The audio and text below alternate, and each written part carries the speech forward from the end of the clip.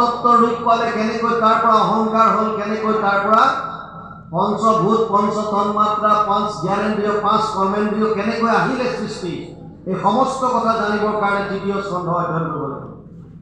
চতুৰ্থ বিসৰ্গ, সেকেন্ডাৰী সৃষ্টি, ব্ৰহ্মাদিৰ দ্বাৰা সৃষ্টিৰ বিকাশ কেনেকৈ ঘটিল, বিভিন্ন প্ৰাণীসমূহৰ সৃষ্টি কেনেকৈ হৈছে, এয়া জানিবৰ কাৰণে চতুৰ্থ স্কন্ধ বিসৰ্গ নাম দিছে।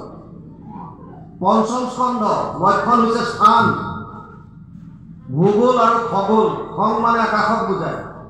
গ্ৰহ নক্ষত্ৰৰ বিষয়ে জানিবলৈ আৰু বিভিন্ন স্থানৰ বিষয়ে পঞ্চম স্কন্ধ অধ্যয়ন কৰিব লাগিব।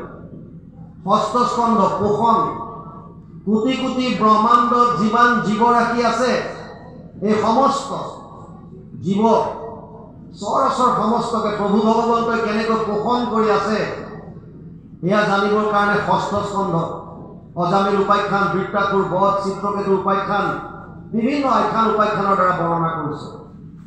সপ্তম স্কন্ধ উতি, উতি মানে বাসনা। আমাৰ তিনি ধৰণৰ বাসনা আছে, দৈবিক বাসনা, আসুৰিক বাসনা, মানৱীয় বাসনা। মহন্তৰ কৃপাত দৈবিক বাসনাৰ উদ্ভৱ হয়, সেয়া বুজাবৰ কাৰণে প্ৰহ্লাদ চৰিত্ৰ আনিছে। মহন্তৰ কোপত, ভকতৰ ক্ৰোধত আসুৰিক বাসনাৰ সৃষ্টি হয়, এয়া বুজাবৰ কাৰণে হিৰণ্যকশিপু হিৰণ্যক্ষৰ কথা আনিছে। কেনেকৈ চাৰি সিদ্ধৰ কোপত বৈকুণ্ঠৰ দুৱৰি আহি হিৰণ্যকশিপু হিৰণ্যক্ষ হ'বলগীয়া হ'ল। মানৱীয় বাসনাৰ কথা সংস্কৃত ভাগৱতত যদিও আছে, অসমীয়ালৈ অনুবাদ কৰা নাই, সংক্ষিপ্তত লিখি থলে। মানৱীয় বাসনাত বৰ্ণাশ্ৰম ধৰ্মৰ কথা বৰ্ণনা কৰিছে। বৰ্ণাশ্ৰম ভক্তি মাৰ্গত ইয়াৰ প্ৰয়োজন নাই বুলি মহাপুৰুষ মাধৱদেৱে লিখিছে। নহো জানা আমি চাৰি জাতি, চাৰিও আশ্ৰমী নহো আতি। ব্ৰাহ্মণ, ক্ষত্ৰিয়, বৈশ্য আৰু ক্ষুদ্ৰ, আমি এটা জাতিটো নকৰোঁ। ব্ৰহ্মচৰ্য, গাৰ্হস্থ্য, বানপ্ৰস্থ, সন্ন্যাসী এটা আশ্ৰমতো নকৰোঁ। তেতিয়া আমি কোন? মহাপুৰুষ মাধৱদেৱে কৈছে দাসৰ দাস, তাৰ দাস হৈলোঁ আমি। আমাৰ এটাই জাতি, এইটো হৈছে আমি দাস আৰু তেওঁ আমাৰ স্বামী। বছ, সেইকাৰণে আমাৰ মাজত উচ্চ নিচ নাই, জাতিভেদ নাই। সেইকাৰণে আমি এনেকৈ আসন পাতি বহিব পাৰিছোঁ। যদি জাতি ব্যৱস্থা থাকিলহেঁতেন তেতিয়া আপোনালোকৰ মাজত এতিয়া ভাগ ভাগ হৈ গ'লহেঁতেন। এয়া অমুক জাতিৰ কাৰণে, এইটো অমুক জাতিৰ কাৰণে, এইটো অমুকৰ কাৰণে, এয়া উচ্চ আসন, এয়া তেওঁলোকে অলপ তলৰ, তাৰপিছত বেলেগ। আমাৰ সমাজত সেইটো নাই, ভক্তি মাৰ্গত বিশেষভাৱে নাই। আৰু সেইকাৰণে আমি সকলো এক। নহো জানা আমি চাৰি জাতি। সেইকাৰণে অসমীয়া ভাগৱতলৈ অনুবাদ কৰা। অষ্টম স্কন্ধ মনন্তৰ। আপোনালোক সকলোৱে জানে মনু আৰু মনু পুত্ৰসকলৰ কথা, কিন্তু তাক ভালদৰে জানিবৰ কাৰণে অষ্টম স্কন্ধ অধ্যয়ন কৰিব লাগিব। নৱমত আছে ঈশানু, ঈশ্বৰৰ অনুৰাগী পৰম বৈষ্ণৱসকলৰ বিষয়ে জানিবলৈ, সূৰ্যবংশ, চন্দ্ৰবংশৰ ৰজা মহাৰাজাৰ বিষয়ে জানিবলৈ নৱম স্কন্ধ ৰাজবংশাৱলী অধ্যয়ন কৰিব লাগিব। দশম স্কন্ধ, যিটো বৰ্তমান অধ্যয়ন আমাৰ পাঠ হৈ আছে, দশম স্কন্ধৰ লক্ষণ হৈছে নিৰোধ। প্ৰলয়ৰ সময়ত সমস্ত জীৱৰাশি যিজন ভগৱানৰ উদৰত অৱৰুদ্ধ হৈ থাকে, সেই প্ৰভু ভগৱন্তৰ অৱতাৰৰ পৰা বিভিন্ন লীলা দশম স্কন্ধত 90টা অধ্যায়ত বৰ্ণনা কৰা হৈছে। অনুবাদ 3টা পাৰ্টত কৰিছে, আদি চোৱা, মধ্য চোৱা, শেষ চোৱা। আদি চোৱা গুৰুজনে নিজে কৰিছে, যাক আমি দশম বুলি কওঁ। শেষ চোৱাৰ পৰা কুৰুক্ষেত্ৰ যাত্ৰা, সেই উপাখ্যানটো আনিছে। একাদশ স্কন্ধ লক্ষণ হৈছে মুক্তি। জীৱক মুক্তি কিয় লাগে, কেনেকৈ পাব, তাৰ বিষয়ে নিমি নৱসিদ্ধ সংবাদ, কৃষ্ণ উদ্ধৱ সংবাদ, বৰ সুন্দৰ সুন্দৰ কথাৰ দ্বাৰা তাত বৰ্ণনা কৰিছে। দ্বাদশ স্কন্ধ লক্ষণ হৈছে আশ্ৰয়। আশ্ৰয় মানে শৰণ। আমি শৰণ ক'ত ল'ব? জীৱই শৰণ ক'ত ল'ব? আশ্ৰয় কাৰ ওচৰত ল'ব? এই কথাটো প্ৰতিপন্ন কৰিবৰ কাৰণে, বুজাবৰ কাৰণে দ্বাদশ স্কন্ধ অধ্যয়ন কৰিব লাগিব। আৰু ব্যাসদেৱে কৈছে দশমৰ্থ বিশুদ্ধ্যাৰ্থম নবানিমিহ লক্ষণম বৰ্ণয়ন্তি মহাত্মান শ্ৰুতেনা অৰ্থেন জাঞ্জসা। দশম লক্ষণটো অৰ্থাৎ আশ্ৰয়, শৰণটো শুদ্ধ ৰূপত প্ৰতিপন্ন কৰিবৰ বাবে বাকী 9টা লক্ষণ বৰ্ণনা কৰিছোঁ। দ্বিতীয় স্কন্ধ দশম অধ্যায় 2 নম্বৰ শ্লোকত লিখিছে। ভাগৱত আৰম্ভ হৈছে নৈমিষাৰণ্যত, এনেকৈ 28,000 ঋষি বহিছে। ৰোমহৰ্ষণৰ পিতেক উগ্ৰশ্ৰৱা সুত তেওঁক ব্যাখ্যাৰ আসনত বহুৱাই দিছে। এই ঋষিসকলে 1000 বছৰ যজ্ঞ কৰিছিল। কিয়? কলি যুগৰ মানুহৰ ভয়াৱহতাৰ কথা লক্ষ্য কৰি, কলিৰ যি পৰম পাতকী কলি, ইয়াৰ পৰা কেনেকৈ পৰিত্ৰাণ পাব, মানুহে কল্যাণ কেনেকৈ সাধন কৰিব, এই বিষয়ে তেওঁলোকে উপায় বিচাৰি 1000 বছৰ যজ্ঞ কৰিলে, কিন্তু তাৰ একো ফল নাপালে। তেতিয়া সুতমুনিক ব্যাখ্যাৰ আসনত বহুৱাই দি 28,000 ঋষিৰ ভিতৰত যিজন কথামৃত ৰসস্বাদ কুশল, কথামৃত পান কৰাত যিজন কুশল, সেইজনৰ নাম দিছে সৌনক অব্ৰবীত। সৌনকে ক'লে, কি কৈছে? ভাগৱত ক'ৰ পৰা আৰম্ভ হৈছে? সৌনক বদতি শুনা সুত মহামানী, পৰম পাতকী কলি পাইলে হেন জানি, আৰম্ভিলো যজ্ঞ ৰাখি সহস্ৰ বছৰ, হোম ধুমে ধূম্ৰবৰ্ণ ভৈলা কলেবৰ, যিটো কৰ্ম কৰোৱাত নাহিকে বিশ্বাস, আপোনাৰ আয়ুস কৰিলো ব্যৰ্থে না। হে সুতমুনি, পৰম পাতকী কলিযুগ আহিছে বুলি গম পাই 1000 বছৰ যজ্ঞ কৰিলো। যজ্ঞৰ ধোঁৱা লাগি লাগি আমাৰ শৰীৰ ধোঁৱা বৰণীয়া হৈ গ'ল, কিন্তু তাৰ পৰা একো ফল নাপাওঁ। সেইকাৰণে সৌনকে প্ৰশ্ন আগবঢ়াই দিলে, তত্ৰ তত্ৰ অঞ্জসা আয়ুষ্মান ভৱতা য়ত বিনিশ্চিতম, পুংসাম একান্তত শ্ৰেয় তৎ না সঞ্চিতুম অৰ্হসি। 1:1-9 প্ৰথম স্কন্ধ 1ম অধ্যায় 9 নম্বৰ শ্লোক ভাগৱত। হে সুতমুনি, কলিযুগৰ মানুহৰ কৰিবলগীয়া আটাইতকৈ শ্ৰেষ্ঠ কৰ্মটো কি? মানে কলিযুগৰ মানুহে কি কৰিলে পৰম আনন্দ লাভ কৰিব পাৰিব, কি কৰিলে ভগৱানক পাব পাৰিব, কি কৰিলে পৰম গতি লাভ কৰিব পাৰিব। কলিযুগৰ মানুহৰ জীৱন সফল কৰিবৰ কাৰণে কৰিবলগীয়া শ্ৰেষ্ঠ কৰ্মটো কি? পুংসাম একান্তত শ্ৰেয়। কিন্তু উত্তৰ দিয়াৰ আগে আগে এটা কথা কৈ দিলে, এই সুতমুনি, তুমি উত্তৰ দিয়াৰ আগতে মই এটা কথা কওঁ, কি? যিকোনো উপায় দিলে কিন্তু কলিযুগৰ মানুহে কৰিব নোৱাৰে।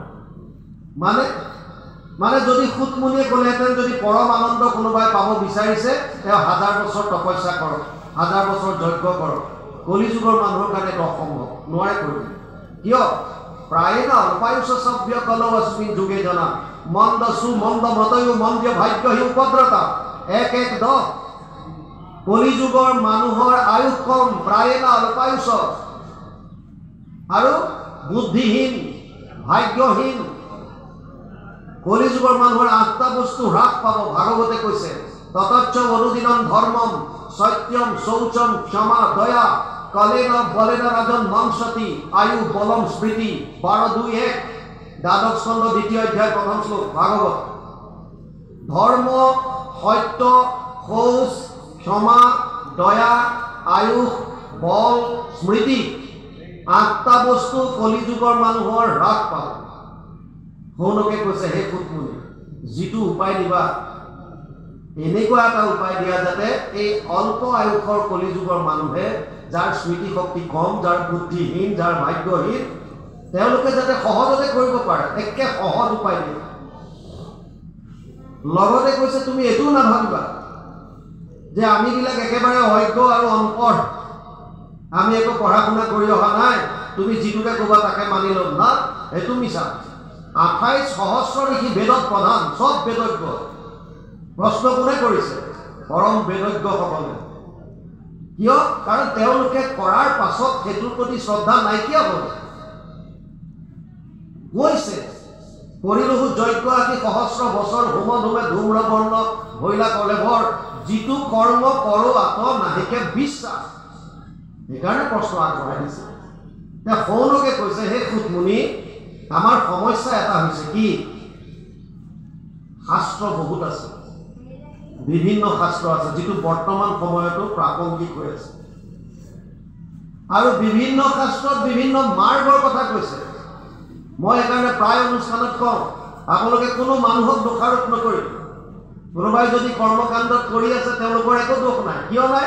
তেওঁলোকেও শাস্ত্ৰ ক'ৰবাত পাইছে। সমস্যাটো সেইটো নহয়, সমস্যাটো আগত হ'ল। কিন্তু যদি তেওঁলোকে জানিব বিচাৰে, তেতিয়াহ'লে সৌনকৰ প্ৰশ্নটো চালেই তেওঁলোকে উত্তৰটো পাব। এই প্ৰশ্নৰ অৱতাৰণা ৫,৫০০ বছৰ আগতে হৈ গ'ল। কাৰণ সৌনকে তেতিয়াই ক'লে ভুৰিনি ভুৰি কৰ্মানি শ্ৰোতব্যানি বিভাগছ। শাস্ত্ৰ বহুত আছে আৰু বিভিন্ন শাস্ত্ৰত বিভিন্ন মাৰ্গৰ কথা কৈছে। অত সাধু ত্ৰয়ত সাৰম সমুদ্ৰিত্য মনীষয়া মাম ব্ৰুহি শ্ৰদ্ধানম যেন আত্মা সম্প্ৰসিদ্ধতি ১:১:১১ প্ৰথম স্কন্ধ প্ৰথম অধ্যায় ১১ নম্বৰ শ্লোক ভাগৱত। সৌনকে কৈছে হে কুটমুনি, শাস্ত্ৰ বহুত আছে, বিভিন্ন শাস্ত্ৰত বিভিন্ন মাৰ্গৰ কথা কৈছে। ক'ৰবাত যদি কৈছে যাগ যজ্ঞ পূজা পাতল কৰা, ক'ৰবাত কৈছে জপ তপ তীৰ্থ কৰা, ক'ৰবাত কৈছে দান দক্ষিণা কৰা, ক'ৰবাত বেলেগ কিবা সন্ন্যাস ব্ৰত লোৱা, ক'ৰবাত কিবা আৰু সেইকাৰণে আমাৰ এতিয়া মনটো খেলি মেলি লাগিছে। আচলতে কোনটো কৰে, কোনটো সত্য কোনটো শুদ্ধ? সৌনকে কৈছে তুমি যিহেতু শাস্ত্ৰজ্ঞ, সমস্ত শাস্ত্ৰৰ সাৰ মৰ্মটো উদ্ধাৰ কৰি আমাক কোৱা, আমি কি কৰা উচিত হ'ব? আৰু তেতিয়া সুতমুনিয়ে ভাগৱত কোৱা আৰম্ভ কৰিছে। তেওঁ নিজস্ব একো কথা নকয়, তেওঁ সেই সংবাদসমূহ দাঙি ধৰিছে। সুখদেৱ পৰীক্ষিতৰ মাজত কি কথোপকথন হৈছিল, ব্ৰহ্মা নাৰদৰ মাজত কি হৈছিল, বিদুৰ মৈত্ৰৰ মাজত কি কথোপকথন হৈছিল, নিমি নমসিদ্ধৰ মাজত কি কথোপকথন হৈছিল, এই সুন্দৰভাৱে কথাখিনি দাঙি ধৰি প্ৰমাণ হিচাপে আশ্ৰয় ক'ত ল'ম, কলিযুগৰ মানুহৰ পৰম ধৰ্ম কি, এই সত্যটো দাঙি ধৰিছে। আৰু সুতমুনিয়ে ক'লে সবে পুংসম পৰধৰ্ম যত ভক্তিৰধোক্ষজে অহেতুকি অপ্ৰতিহত যেন আত্মা সম্প্ৰসিদ্ধতি ১:২:৬ প্ৰথম স্কন্ধ ২য় অধ্যায় ৬ নম্বৰ শ্লোক। সুতমুনিয়ে ক্লিয়াৰ কৰি লিখিছে কলিযুগৰ মানুহৰ পৰম ধৰ্ম এটাই, সেইটো হৈছে কৃষ্ণত একান্ত ভক্তি। কিন্তু চৰ্ত দিছে দুটা, এইটো মানিব লাগিব। কৃষ্ণত ভক্তি কৰিলে নহ'ব, চৰ্ত দুটা দিলে লগত।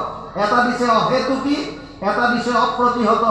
অহেতুকি মানে হেতুবিহীন নিষ্কামভাৱে, অপ্ৰতিহত মানে আনব্ৰেকেবল নিৰন্তৰভাৱে। কৃষ্ণত ভক্তি কেনেকৈ কৰিব? নিষ্কাম আৰু নিৰন্তৰভাৱে।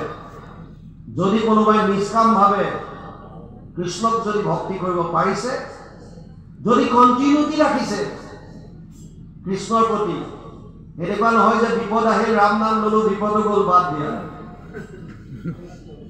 ভগৱান কৃষ্ণই অৰ্জুনক কৈছে ৪ ধৰণৰ মানুহ মোৰ ওচৰলৈ আহে। চতুৰ্বিধা ভজন্তে মাম জনা সুকৃতিন অৰ্জুন আৰ্ত জিজ্ঞাসু অৰ্থাৰ্থী জ্ঞানীচ ভৰতৰ্ষভ ৭ম অধ্যায় ১৬ নম্বৰ শ্লোক গীতা। হে অৰ্জুন, মোৰ ওচৰলৈ ৪ ধৰণৰ মানুহ আহে। কেনেকুৱা? এবিধ হৈছে বিপদত পৰি ৰাম নাম লোৱা আৰ্ত, গজেন্দ্ৰৰ দৰে। গজেন্দ্ৰ উপাখ্যান। আমাৰ সমাজত কয় যে কাৰোবাৰ ঘৰত কিবা অকণমান বিপদ আপদ হ'লে এই গজেন্দ্ৰ উপাখ্যান পঢ়াই দিবচোন। বাকীখিনি দেখা নাই নেকি? কেৱল গজেন্দ্ৰ উপাখ্যানতে আছে। গজেন্দ্ৰ উপাখ্যানৰ তত্ত্বটো বুজক।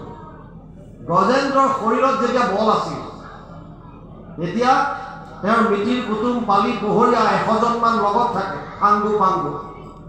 আৰু যিফালে যায় কাহাকো ঘনায় নাহি, বন জংঘল ভাঙি চিঙি চুৰমাৰ কৰি যায়। বন্যপ্ৰাণীয়ে দূৰতে দেখি সেৱা জনায়, হে প্ৰভু বচোৱা।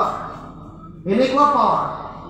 কিন্তু যেতিয়া ৰদত সোমাওঁতে গ্ৰাহে যেতিয়া ধৰিলে, ১০০০ বছৰ যেতিয়া যুদ্ধ কৰি যেতিয়া পাৰ নোপোৱা হ'ল, যাৰ ওপৰত ভিত্তি কৰি এই বল দৰ্প অহংকাৰ কৰি আছিল, সেইবিলাকে যেতিয়া ছাইড মাৰিলে, ভাবিলে ইয়াৰ পৰা লাভ কি আৰু, নিজে ফচিব। হাতত পইচা পাতি নাই, ইয়াৰ ওপৰত ঘূৰি ফুৰি লাভ নাই, এৰি দিলে। আপোনাৰ হাতত যেতিয়ালৈকে পাৱাৰ আছে তেতিয়া আপোনাৰ আগে পিছে মানুহ থাকিব। পাৱাৰ যেতিয়া চেছ হ'ব তেতিয়া আপোনাক চবে ছাইড কৰিব, আপোনাৰ লগত কোনো নাথাকে। এইটো একদম সত্য শুদ্ধ কথা। আপোনাৰ জ্ঞানৰ পাৱাৰ আছে, আপোনাৰ লগত মানুহ থাকিব। আপোনাৰ ধনৰ বল আছে, আপোনাৰ সৈতে মানুহ থাকিব। আপোনাৰ ৰাজনীতিৰ বল আছে, আপোনাৰ সৈতে মানুহ থাকিব। যেতিয়াই পাৱাৰটো কমি গ'ল, লগে লগে আপোনাক চবেই বাদ দিব। বাকীটো বাদ দিয়ক, পৰিয়ালৰ মানুহে গুৰুত্ব নিদিয়া হয়। বাকীবোৰ মই সাংগু পাংগু কথা বাদেই দিওঁ। পৰিয়ালৰ মানুহ কয় বুঢ়াটো কেতিয়া কি লাভ এনে বিচাৰিছে, তাত কি খাওঁকে থাকক বছ। কিয় এতিয়া কাম নাই আৰু। আগতে ঘটিছিল, টকা পইচা দিছিলি, তেতিয়া তোক সেৱা কৰিছিল, শুশ্ৰূষা কৰিছিল। এতিয়া তোৰ পৰা কি লাভ আছে? তোৰ লগত খৰচ আছে। ব্যৱহৃত বেটাৰী বুলি ভাবে বহুতে। টৰ্চৰ ব্যৱহৃত বেটাৰী কেইবাবিধো আছে। এবিধ হৈছে টৰ্চৰ বেটাৰী, যি এবাৰ ব্যৱহাৰ কৰাৰ পিছত পেলাই দিয়ে। এবিধ হৈছে চাৰ্জেবল মোবাইলৰ দৰে, চাৰ্জ কৰক চলাই থাকক। আৰু এবিধ হৈছে গাড়ী বেটাৰী, চলাই থাকক চাৰ্জ হৈ থাকে। বহুতে মাক বাপেকক এই টৰ্চৰ ব্যৱহৃত বেটাৰী বুলি ভাবে। কাম চেছ। যেতিয়া লগৰ বনৰীয়া হাতীবিলাকে এটা এটাকে চব বাদ দিলে, গজেন্দ্ৰৰ উপায়বিহীন হৈ গ'ল আৰু শেষ আশ্ৰয় তেতিয়া এজনেই পালে। কোনজন? ভগৱান কৃষ্ণ। কাষতে থকা পদুম ফুল এপাহ সুৰেৰে মেৰিয়াই ত্ৰাহি হৰি বুলি কৃষ্ণক শৰণ ল'লে। আৰু ভগৱানে কৈছে, পত্ৰম পুষ্পম ফলম তয়ম যোগে ভক্তিয়া প্ৰয়চ্ছতি তদহম ভক্তি উপহৃতম অস্নামি প্ৰয়তাত্মনঃ। নৱম অধ্যায় 26 নম্বৰ শ্লোক গীতা। হে অৰ্জুন, মোক যদি কোনোবাই পত্ৰ, পুষ্প, ফল, জল শ্ৰদ্ধা সহকাৰে যি দিয়ে, আমি 4টা তামোল আগবঢ়াই দিওঁ গুৰুদেৱ নাম ভগতৰ কাৰণে, 4 বস্তু অৰ্চনী কৰোঁ, তাতে ভগৱান সন্তুষ্ট। যি আছে আপুনি শ্ৰদ্ধা সহকাৰে কেৱল অৰ্চন কৰক। আৰু তেওঁ পদুম ফুল পাত দিয়াৰ লগে লগে আহি গ'ল ভগৱান গৰুড়ত। গজেন্দ্ৰকটো উদ্ধাৰ কৰিলে। গজেন্দ্ৰক যিটোৱে ভৰিত ধৰি আছিলে তাকো উদ্ধাৰ কৰি দিলে। আপোনালোকৰ মনত এইটো ভাৱ কেতিয়াবা আহিব পাৰে, গজেন্দ্ৰই বাৰু শৰণ ল'লে, সেইকাৰণে বাৰু তেওঁ বৈকুণ্ঠলৈ গুচি গ'ল। এই গ্ৰাহটোৱে কি কৰিছিলে?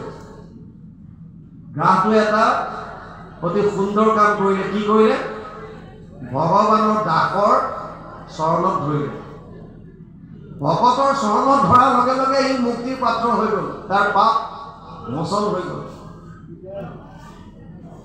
আৰ্ত বিপদত পৰি এবিধ আহে। এবিধ হৈছে অৰ্থাৰ্থী, ধ্ৰুৱৰ দৰে, কেৱল ধন টকা পইচাৰ কাৰণে ঈশ্বৰৰ ওচৰত আহিছে। এবিধ হৈছে জিজ্ঞাসু, যাৰ জানিবলৈ মন, মই কোন আছিল। আপোনালোকে জানি আচৰিত হ'ব, আপোনাৰ মোৰ যিটো নাম, এই নামটো আমি লগত অনা নহয়। জন্ম হওঁতে সোধে ল'ৰা নে ছোৱালী? ল'ৰা হ'লে ল'ৰাৰ নাম দিব, ছোৱালী হ'লে ছোৱালীৰ নাম দিব। তাৰমানে জন্ম হওঁতে নাম লৈ অহা নাই, ল'ৰা বা ছোৱালী হৈ জন্ম লৈছে, তাৰ পাছত নামটো দিব। গতিকে নামটো মোৰ নিজৰ নহয়। আমাৰতো মনত আছে, বাইদেৱে লৈ গৈছিল প্ৰাথমিক বিদ্যালয়ত নাম ভৰ্তি কৰিবলৈ। তেতিয়াতো এইবিলাক আৰু প্ৰাইভেট নাই, চব গাঁৱৰ স্কুলখনেই যথেষ্ট।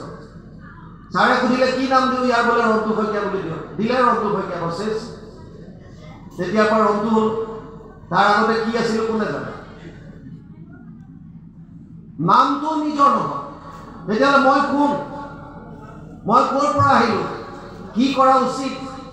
আৰু এই শৰীৰটো মোৰ নাশ হোৱাৰ পাছত মই থাকিম নে নাই? মোৰ অস্তিত্ব কিবা থাকিবনে নাই? মই ক'লে যাম? এই জানিবৰ কাৰণে যিবিলাকে ভাবে তেওঁলোকো ভগৱান কৃষ্ণৰ ওচৰত আহে। কাৰণ কেৱল ভগৱান কৃষ্ণ সৰ্বজ্ঞ, বাকী যিমান আছে হয়তো অল্পজ্ঞ নহ'লে অজ্ঞ। সৰ্বজ্ঞ কেৱল এজন, সেইজন হৈছে ভগৱান কৃষ্ণ। সেইকাৰণে কৃষ্ণৰ ওচৰত আহে কোনবিলাক?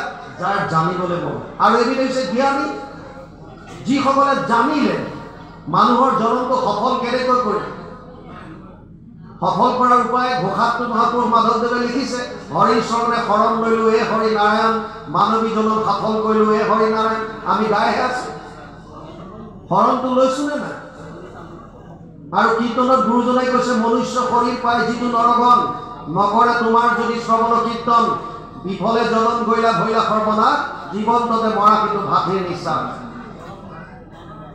গতিকে আশ্ৰয়ৰ কথা দ্বাদশ স্কন্ধত সুন্দৰভাৱে বৰ্ণনা কৰিছে। আৰু আহি আমি দশম স্কন্ধত বহু সময়ৰ পৰা বাপ দুজন ৰৈ আছে পাঠ কৰিবৰ কাৰণে, ৰাসৰ কথাখিনি আমি পাতিম। এতিয়া বৰ্তমান গোপীসকলৰ নাম কৈ আছে, কোনে কোনে অংশগ্ৰহণ কৰিছিল। ৰাসৰ তত্ত্বটো অকণমান বুজিবলগীয়া আছে। তাৰ আগত ৰাস আৰম্ভ কৰাৰ প্ৰাক মুহূৰ্তত আমি অনুৰোধ কৰিম অকণমান পাঠ যাওক। বহুত দেৰি তেওঁলোক ৰৈ আছে, গতিকে অকণমান পাঠ আৰম্ভ কৰিলে তাৰপাছত ৰাসৰ প্ৰথমৰ পৰা আহিম কি আছে।